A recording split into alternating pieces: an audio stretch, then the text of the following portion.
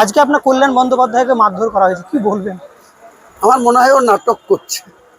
কালকে যে ঘটনা ঘটেছে, যেটা অভিষেক বন্দ্যোপাধ্যায়ের উপরে আক্রমণ হয়েছিল, যারা আক্রমণ করেছিল প্রায় নাই করে 10 জন অ্যারেস্ট হয়েছে।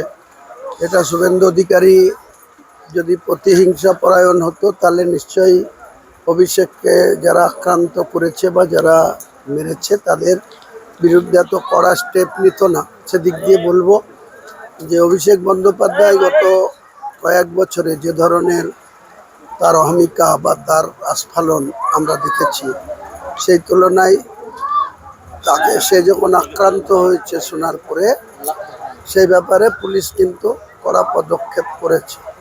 আর আজকে যেটা চণ্ডীপুরে হয়েছে, হুগলির কল্যাণ বন্দ্যোপাধ্যায় শ্রীরামপুরের সাংসদ, এটা একবারে পুরো নাটক। আপনারা কোথাও দেখতে পাবেন না যে কল্যাণ বন্দ্যোপাধ্যায়ের মাথায় কেউ ইট মেরেছে বা কেউ ধাক্কা মেরেছে। যে নিজেই মাথায় হাত দিয়ে শুয়ে পড়ছে। এটা নাটক ছাড়া আর কি হবে? আচ্ছা।